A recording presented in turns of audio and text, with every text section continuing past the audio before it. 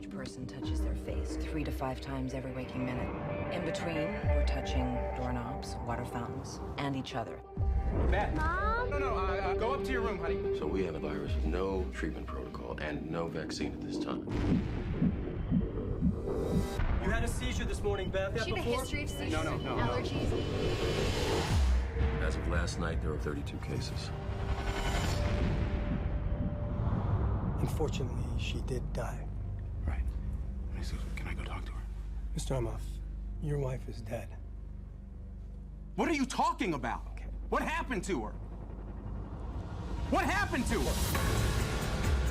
Is there any way someone could weaponize the bird flu? Is that what we're looking at? Someone doesn't have to weaponize the bird flu. The birds are doing that.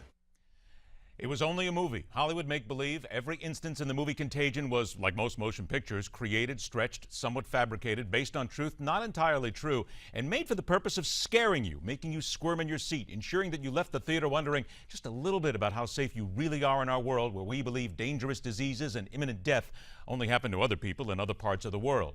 This wasn't the first time we've been entertained by what might happen. Your town is being quarantined.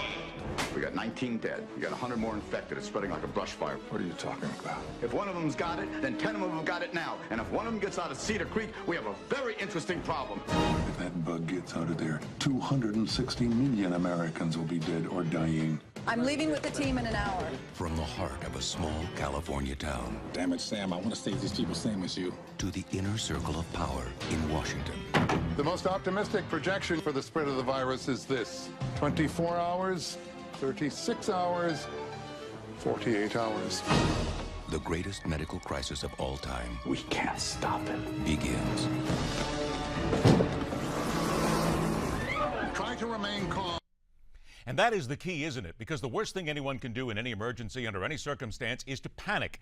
It's easy to find panic in this wired world. Use your browser, punch in the words Ebola panic, and you can spend the next 37 years of your life winding your way through nut jobs, wing nuts, wackaloons, fake reporters, even phony your talk show hosts, slack-jawed mental kamikaze pilots, and people who claim they are the bastions of war on governmental lies and information.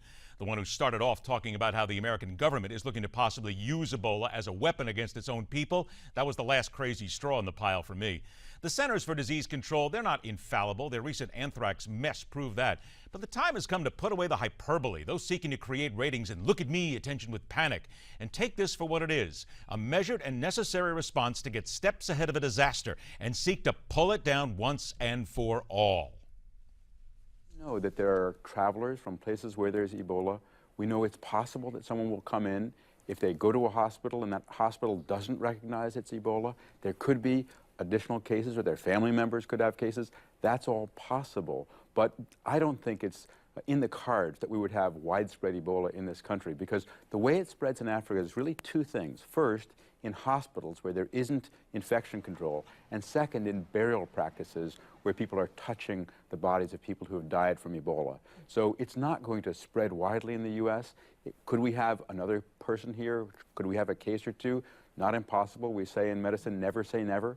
But we know how to stop it here. But to really protect ourselves, the single most important thing we can do is stop it at the source in Africa. That's going to protect them and protect us. This isn't about being naive, nor is it about being friends with someone and trying to keep the hammer of doubt falling on them. It's about rational thinking, common sense, and not allowing yourself to be swept up in the madness some would like you to think is the first step on the sanity train. And as for the two medical professionals being brought home to America in order to try and save their lives, ask yourself one question. What would be your reaction if it were your husband, your wife, your son, or your daughter? Would you still demand they be treated where the best medical care was not available? I didn't think so. And that is telling it like it is. Coming up next hour, live from Israel to gauge what's happening and what is being said on the ground in this latest ceasefire, the rise and fall of Romney and Obama, and our occasional visit to Outland, where we tell you all the time the very special people dwell. That's all coming up right here on MidPoint, where every day we question everything.